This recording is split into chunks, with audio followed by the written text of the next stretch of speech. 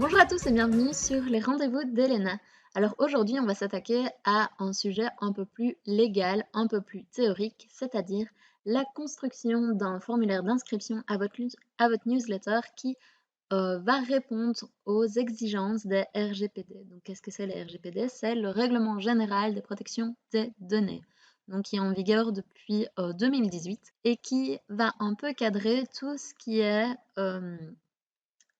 gestion des données personnelles. Donc, quand vous proposez à votre patient de s'inscrire à votre newsletter, en fait, forcément, vous allez demander des données personnelles comme son adresse mail.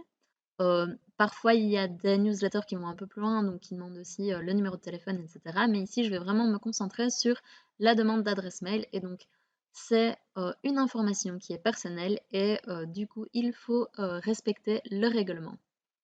Alors, ici, je vais vraiment, en fait, vous montrer, nous, le formulaire d'inscription qu'on a fait pour la pharmacie Goffin et qui respecte, en fait, ce règlement. Et je vais vous expliquer un peu pourquoi on l'a construit de cette façon-là.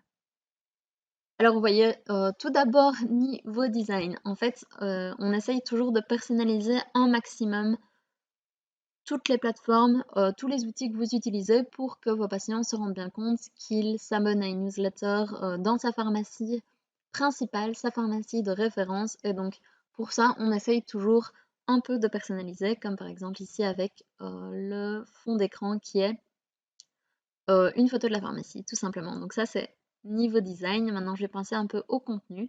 Pour le contenu, donc déjà, on a une petite première phrase d'accroche, donc qui va expliquer un peu tout ce qu'on peut recevoir quand on s'inscrit à la newsletter. Donc la première chose, c'est je m'inscris, donc le patient va inscrire son adresse mail. N'hésitez pas à mettre un petit exemple qui va s'effacer en fait dès que votre patient va entrer son adresse mail, mais comme ça, il se souviendra bien que c'est dans ce format-là qu'il doit renseigner son adresse mail. Ensuite, ici, je choisis de recevoir. En effet, si vous envoyez plusieurs newsletters différentes, donc on va différencier les newsletters qui vont concerner de l'actualité, donc qui vont concerner par exemple, je vais dire, un peu de l'information santé, des conseils, voilà, qui a en fait un but qui n'est pas commercial, mais qui va plutôt être informatif, qui va vraiment mettre en avant votre expertise. Donc ça, c'est une première sorte de newsletter. Et la deuxième sorte de newsletter, ça va être tout ce qui est promotion, tout ce qui est relais d'informations de partenaires commerciaux, etc. Donc ça va vraiment être des newsletters qui vont être beaucoup plus commerciales, qui vont proposer aux patients d'effectuer une action euh, d'achat, ou en tout cas qui va essayer de de les convaincre à acheter quelque chose. Donc voilà, il faut bien différencier les deux. Donc c'est important que dans votre outil de newsletter, vous ayez deux listes séparées. Une liste pour les actualités, une liste pour les promotions. Comme ça, par exemple, si vous faites une newsletter qui a vraiment un but commercial, ou même une newsletter, par exemple, nous on fait souvent ça, ça va être un conseil qui va être associé à un produit. À partir du moment où il y a un produit, où il y a un but qui est commercial, même si c'est pas le but, je vais dire, principal, même si c'est 50-50, il faut toujours l'envoyer aux personnes qui ont choisi de recevoir des promotions et des newsletters commerciales. Donc bien différencier les deux pour la liste. Ensuite, vous voyez que c'est des cases à cocher. En fait, avant, on voyait souvent des newsletters où les cases étaient pré-cochées, donc il suffisait de remplir son adresse mail et alors ça s'envoyait directement. Enfin, on appuyait sur un bouton et c'était bon. Ici, maintenant, avec le nouveau règlement, c'est important de demander en fait une action de la part du patient. Donc, c'est-à-dire qu'il doit vraiment cocher pour marquer son avis. Alors ça, c'est une première chose. Donc il peut cocher pour une liste, il peut cocher pour les deux. Ça, c'est en fonction du patient. Et alors, ici, les premières cases à cocher, c'est surtout pour choisir le type de newsletter qu'il va recevoir. Alors que la troisième case à cocher, c'est vraiment pour confirmer que le patient veut bien recevoir vos emails, qu'il est au courant de votre politique de confidentialité et des mentions légales. Alors, la plupart du temps, tout ce qui est conditions générales d'utilisation, ça va être mis en place par la plateforme marketing. Donc voilà, ici, il y a une petite démarche à faire sur Sendinblue. Donc c'est nous l'outil qu'on utilise, mais en fonction des outils, forcément, ça va un peu dépendre.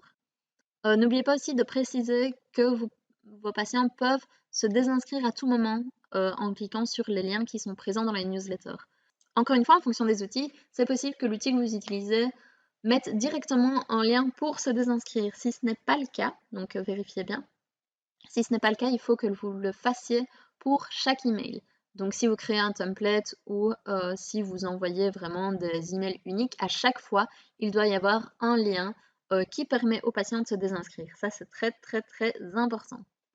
Ensuite, n'oubliez pas que si vous passez par des inscriptions papier, il faut également qu'il y ait toutes ces choses, donc des cases à cocher, il faut qu'il y ait une signature également, et surtout, si c'est des talons en pharmacie, n'oubliez pas de garder vos talons, parce que si un jour vous avez un contrôle au niveau de la gestion des données personnelles, il faut que vous puissiez prouver que vos patients se sont bien inscrits, qu'ils ont bien coché les cases, qu'ils ont bien donné leur accord, etc.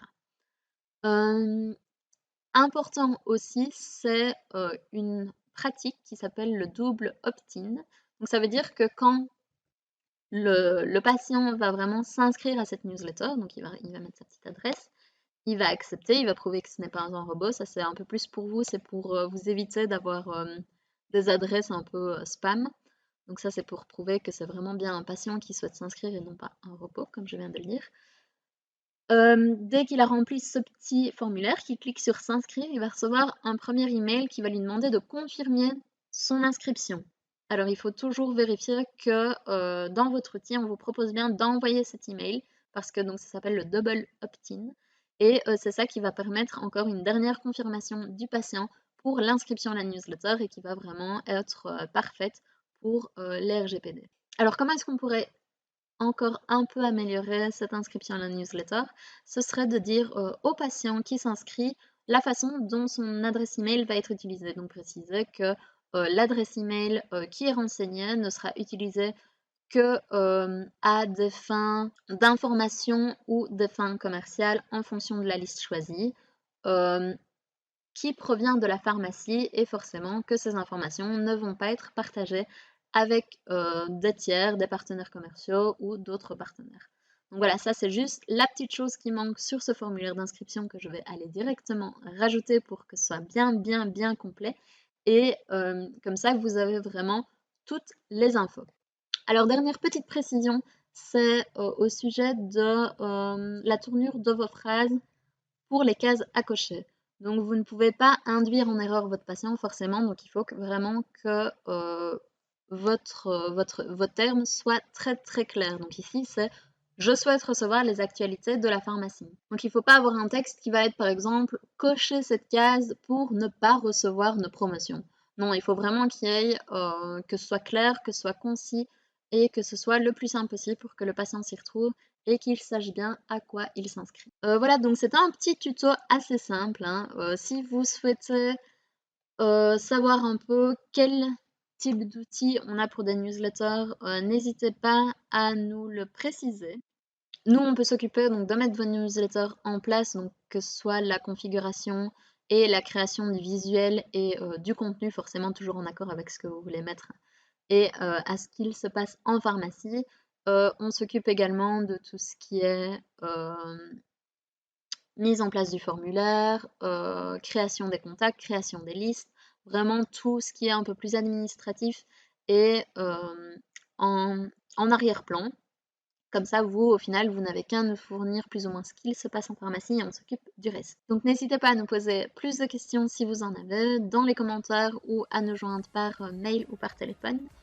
On est toujours disponible. Nous, en attendant, on se retrouve dans 2 semaines pour retourner sur les réseaux sociaux où je vous parlerai un peu des bonnes astuces à avoir pour réaliser un tuto pharmacie à diffuser sur les réseaux sociaux. D'ici là, portez-vous bien et bonne journée à tous!